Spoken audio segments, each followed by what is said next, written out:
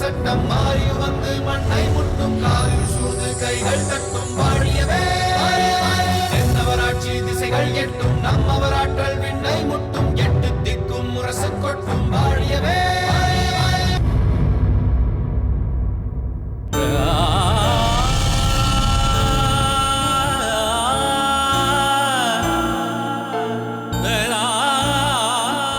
எவ்வளவு பெரிய தவறு செய்துவிட்டேன். ஒரே ஒரு கணம் தவறு இருந்தா செழியரை இழந்திருப்பேனே. இரு பெரும் நாடுகளே நேசிக்கும் ஒருவர் பலியாகி இருந்தால் யாருமே என்னை மன்னிக்க மாட்டார்களே. இப்பொழுது அண்ணனை பற்றிய உண்மையும் வெளிப்பட்டு விட்டது. அனைவரும் முன்பு போல் என்னிடம் அன்பு பாராட்ட மாட்டார்கள். அண்ணன் இவர்களிடம் அகப்பட்டுக் கொண்டு சிறைக்கு செல்லும் நிலை ஏற்பட்டால் அதை என்னால் தடுக்கவும் முடியாது. அண்ணன் தப்பித்து சென்று விட்டார். அதனால் என் மீது சுமத்தப்படும் பழியிலிருந்தும் நான் தப்பிக்க முடியாது. அண்ணன் பிடிபட்டாரா தப்பித்தாரா என்பதை தெரியவில்லையே.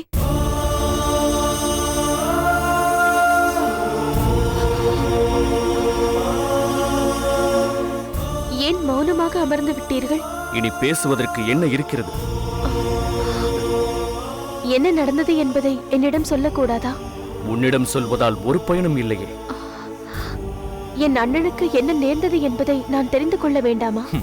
அவர் உன் அண்ணன் என்பதை மறைத்ததால் தானே இந்த நிலை ஏற்பட்டது. என்ன நேர்ந்தது? இருங்கோவேள் தப்பித்து விட்டான். அவன் தான் மட்டும் தப்பிக்கவில்லை. தந்திரமாக செயல்பட்டு வளவன் என்ற முறையில் தனக்கு தரப்பட்ட உரிமையை பயன்படுத்திக் கொண்டு விஜய பூபதியையும் சிறையிலிருந்து தப்பிக்கச் செய்து விட்டான். இருவரையும் தேடிச் சென்ற வீரர்கள் அவர்களை பிடிக்க முடியாமல் திரும்பிவிட்டனர். இத்தனைக்கும் காரணம் யார்? நீதான் தாமரை. உன் அண்ணன் மீது நீ கொண்ட பாசத்தால் அவரை காட்டிக் கொடுத்து விடாதீர்கள், அவரை பற்றிய உண்மையை அரசரிடம் சொல்லி விடாதீர்கள் என்று நீ என்னிடம் கேட்டுக்கொண்டதால் தான் நான் அமைதியாக இருந்து விட்டேன். அதன் விளைவு இன்று அவர்கள் தப்பித்து செல்லும்படி நேர்ந்து விட்டது. என் அண்ணன் இப்படி செய்வார் என்று நான் எதிர்பார்க்கவே இல்லை. வளவனாக வந்த அவரிடம் மாமன்னர் காட்டிய அன்பை கண்டு அவர் மனம் மாறுவார் என்று எதிர்பார்த்தேன்.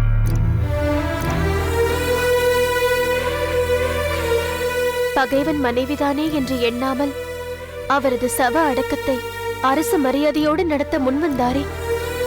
தன்னை கொலை செய்ய முயன்றவளின் கணவன் தானே என்று எண்ணாமல் இறுதி சடங்கிற்கு வரலாம் என்று அழைப்பு விடுத்தாரே. இதையெல்லாம் நினைத்து மாமன்னரின் உயர்ந்த உள்ளத்தை உணர்ந்து தனது வஞ்சத்தை மாற்றிக்கொள்வார் என்றுதான் நான் நினைத்தேன். முதலையும் மூர்கனும் கொண்டது விடாது என்ற பழமொழியை நீ கேட்டதில்லையா? நஞ்சு கொண்ட நாகத்திற்கு எவ்வளவுதான் பால் வார்த்தாலும் அது தன் குணத்தை காட்டியே தீரும் என்பதற்கு உன் அண்ணனே உதாரணமாகிவிட்டான். என் கணக்குகள் எல்லாமே தவறாகிவிட்டன. உங்களை பற்றிய உண்மையை மறைக்க சொன்னேன். உங்கள் உயிருக்கே ஆபத்து நேர இருந்தது. அண்ணனை பற்றிய உண்மையை மறைக்க சொன்னேன். அவர் நன்றி கொன்றவராக தன்னோடு மற்றொரு துரோகியையும் அழைத்து கொண்டு போய்விட்டார். இதற்கு மேல் நான் இங்கு இருக்க முடியாது. என் அண்ணனிடமும் போக முடியாது. ஏன்? இனி என்னிடம் இவர்கள் எப்படி அன்பு காட்டுவார்கள்? போகாதே என்று தடுத்தவர்கள் நீயும் உன் அண்ணனுடனே போய்விடு என்றுதான் துரத்துவார்கள். அண்ணனிடம் சென்றால் நான் அழைத்த போது வர மறுத்த நீ இப்போது ஏன் வந்தாய் என்று விரட்டுவார். இப்படியெல்லாம் நினைத்து வேதனைப்படாதே தாமரை. உன் நிலையிலிருந்து பார்த்தால் நீ செய்தது சரிதான் என்று இங்குள்ள எல்லோருக்குமே தெரியும்.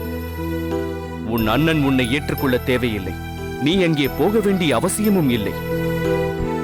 இங்கிருக்க உனக்கு சங்கடமாக இருந்தால் நான் பாண்டி நாட்டிற்கு செல்லும் போது நீயும் என்னோட வந்துவிடு. உண்மையாகவா சொல்கிறீர்கள்? உறுதியாகவும் சொல்கிறேன். நீ உன் குழப்பத்தை எல்லாம் விட்டுவிட்டு அமைதியாக இரு. நான் சென்று அங்குள்ள நிலைமையை அறிந்து வருகிறேன். சரி.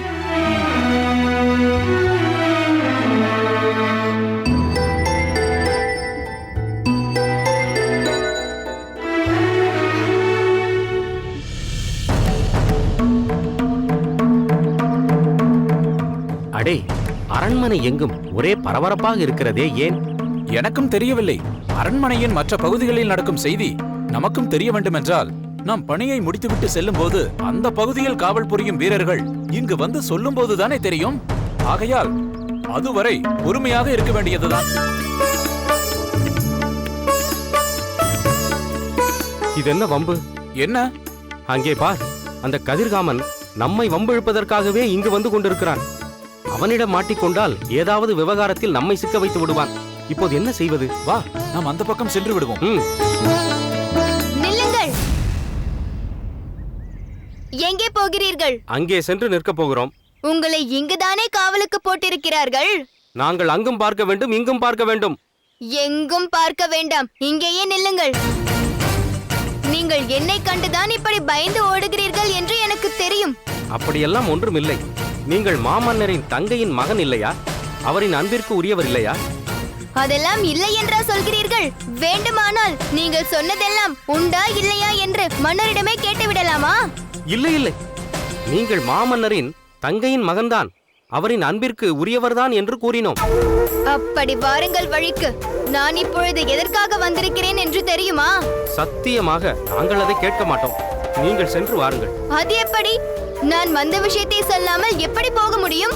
அரண்மனையில் பணிபுரியும் சேவகர்கள் நாங்கள். பெரிய இடத்து விவகாரங்கள் எங்களுக்கு எதற்கு? ஆக நான் பெரியவன் என்று ஒப்புக்கொள்கிறீர்கள். அப்படியானால் நான் சொல்கிறபடி செய்யுங்கள். இப்போது நாங்கள் என்ன செய்ய வேண்டும்? உங்கள் கையை நீட்டுங்கள்.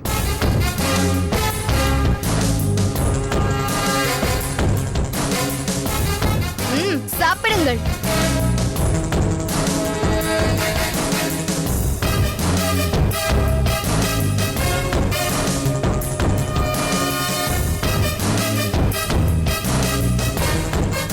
இனிப்பை கையில் வாங்கி வாயில் போட்டு சப்பு கொட்டி கொண்டு சாப்பிட்டால் போதுமா? நான் எதற்காக இனிப்பு தந்தேன் என்று கேட்க வேண்டாமா? சொல்லுங்கள். என் தந்தை விஜயபூபதி உங்கள் சோழ நாட்டு சிறையில் இருந்து தப்பித்து விட்டார். இப்பொழுது நான் எங்கே போகிறேன் என்று தெரியுமா? உங்கள் மாமன்னர் கரிகாலருக்கு இந்த சுப செய்தியை சொல்வதற்காகத்தான் நான் போகிறேன். இப்பொழுது உங்கள் வேலையை பாருங்கள், நான் வருகிறேன்.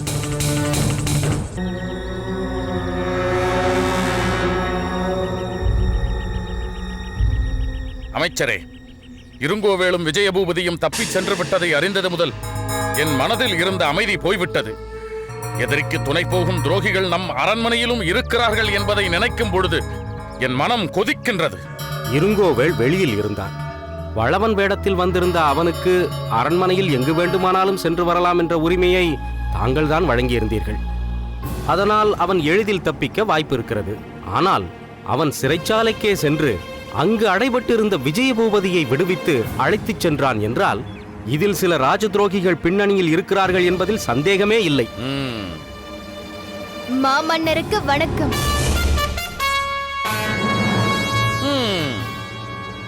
என்ன கதிர்காமா, எப்பொழுது வந்தாலும் மாமா என்று அழைத்தபடிதானே அருகில் வருவாய்? இன்று என்ன மன்னர் என்று அழைக்கிறாய்? மாமா என்ற முறையில் உறவு முறை பாராட்டி வரும்பொழுது அப்படி அழைப்பேன். மன்னர் என்ற முறையில் பார்க்க வரும்பொழுது இப்படி அழைப்பேன். அப்படி என்றால் இப்பொழுது என்னை மன்னர் என்ற முறையில் பார்க்க வந்திருக்கிறீர்கள், அப்படித்தானே? இது என்ன ஆச்சரியம்! உங்கள் தங்கை மகனான என்னை வந்திருக்கிறீர்கள் என்று மரியாதையுடன் பேசுகிறீர்கள். நான் இப்பொழுது உன் மாமன் அல்லவே, மன்னனாயிற்றே. மாமன்னனை காண வந்திருக்கும் குடிமக்களை மரியாதையோடு நடத்த வேண்டியது மன்னரின் கடமை அல்லவா? சரி, என்ன காரணமாக வந்திருக்கிறீர்கள் என்று தெரிந்து கொள்ளலாமா? அவசியம் தெரிந்து கொள்ள வேண்டும். அதற்காக தானே வந்தேன். அது மட்டுமல்ல, வேறென்ன? இனிப்பான செய்தி ஒன்றை சொல்ல போவதால் கையில் இனிப்பும் கொண்டு வந்திருக்கிறேன். இதோ பாருங்கள்.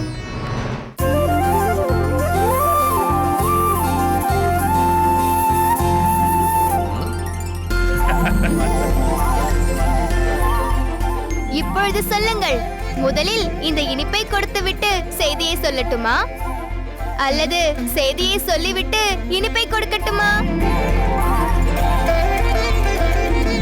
இளவரசே, நீங்கள் சொல்லுங்கள். அமைச்சரே, நீங்களாவது சொல்லுங்கள். மன்னர் எப்படி சொல்கிறாரோ அப்படியே செய். சொல்லுங்கள் மன்னவா. உங்களுக்கு எப்படி விருப்பமோ அப்படியே செய்யுங்கள். அப்படியானால் சரி, முதலில் இனிப்பை சாப்பிடுங்கள், பிறகு செய்தியை சொல்கிறேன்.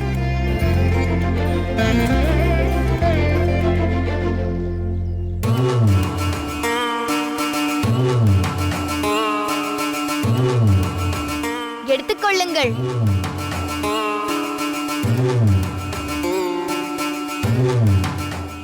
உண்ணுங்கள் மன்னரே.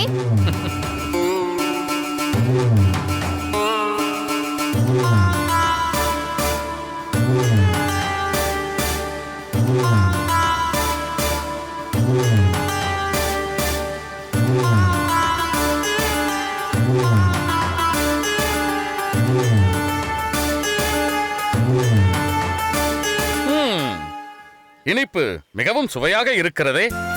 என் அம்மா தன் கையால் செய்து கொடுத்து அனுப்பியதாயிற்றே. சுவையில்லாமல் எப்படி இருக்கும்? இது எங்களுக்கு மட்டும்தானா? இல்லை இல்லை, அரண்மனையில் இருக்கும் ஒவ்வொருவருக்கும் கொடுத்தபடியே வருகிறேன். அதுதான் சரி. ஆனால் இனிப்பை கொடுத்து விட்டாயே தவிர அதை எதற்காக கொடுத்தாய் என்ற அந்த இனிப்பான செய்தியை இன்னும் சொல்லவே இல்லையே. இதோ சொல்லிவிடுகிறேன். ராஜாதி ராஜ, ராஜகுல திலக, ராஜ கம்பீர, ராஜ கோலாகல சோழ சக்கரவர்த்தி கரிகால் வளவரின் சிறையில் இருந்து என் தந்தை அழுந்தூர் வேளார் விஜய பூபதி தப்பித்து விட்டார்.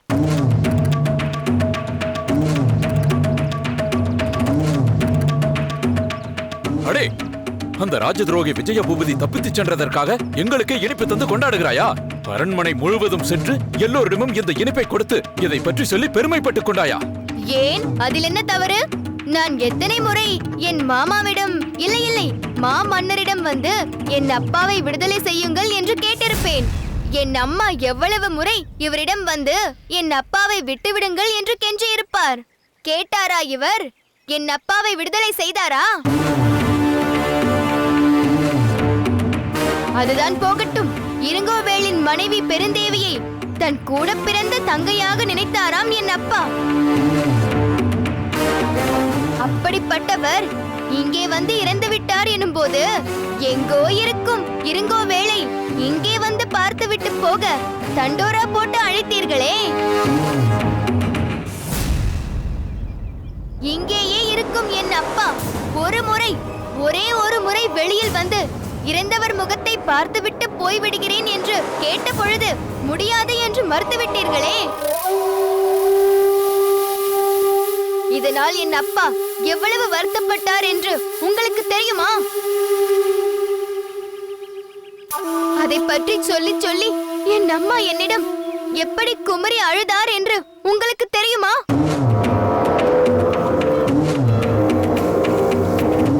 ஆனால் என்னவாயிற்று? ஒரே ஒரு முறை நீங்கள் விட மறுத்த என் அப்பாவை நிரந்தரமாக விடுவித்து அழைத்து சென்று விட்டார் என் மாமா இருங்கோவேள்.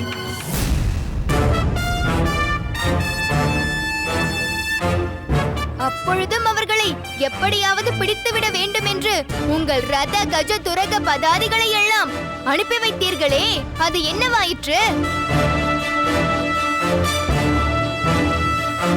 உங்களால் அவர்களை பிடிக்க முடிந்ததா? அவர்கள் தப்பித்து சென்று விட்டார்கள் அல்லவா? இப்பொழுது சொல்லுங்கள், உங்கள் சோழ குலத்தின் வீரம் பெரிதா, எங்கள் வேளிர் குலத்தின் வீரம் பெரிதா? அடே, உனக்கு எவ்வளவு ஆணவமடா? கைவளவா? வேண்டாம் கதிர்காமா, நீ போ. நான் இதற்கு போக வேண்டும். போ என்றேன்.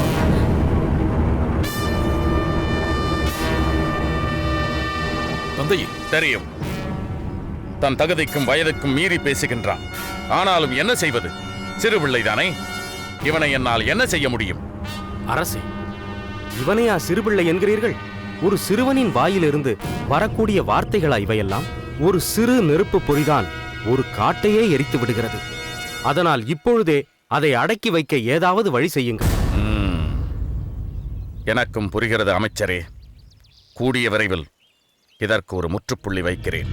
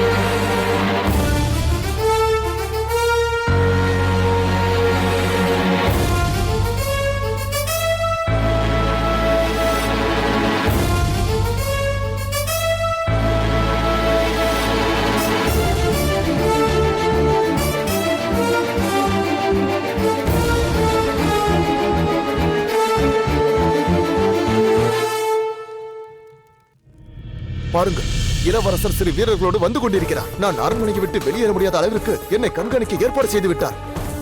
இப்போது என்ன செய்ய போகிறீர்கள்? உங்களோடு சேர்த்து எங்களையும் பிடித்து விசாரிப்பார்களே. அப்படியெல்லாம் நடக்காமல் நான் பார்த்துக் கொள்கிறேன். நான் விஜய பூபதி இருந்த அறைக்குள் மயக்கமடைந்தவனை போல் விழுந்து கிடக்கிறேன். நீங்கள் என்னை தண்ணீர் தெளித்து எழுப்புவது போல் பாவனை செய்யுங்கள். மற்றவற்றை நான் பார்த்துக் கொள்கிறேன். ஆகட்டும், அப்படியே செய்கிறோம். வாருங்கள்.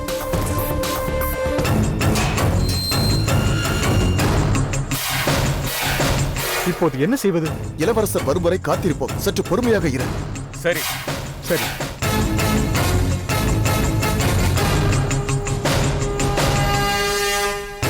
ஒரு நிமிஷம்.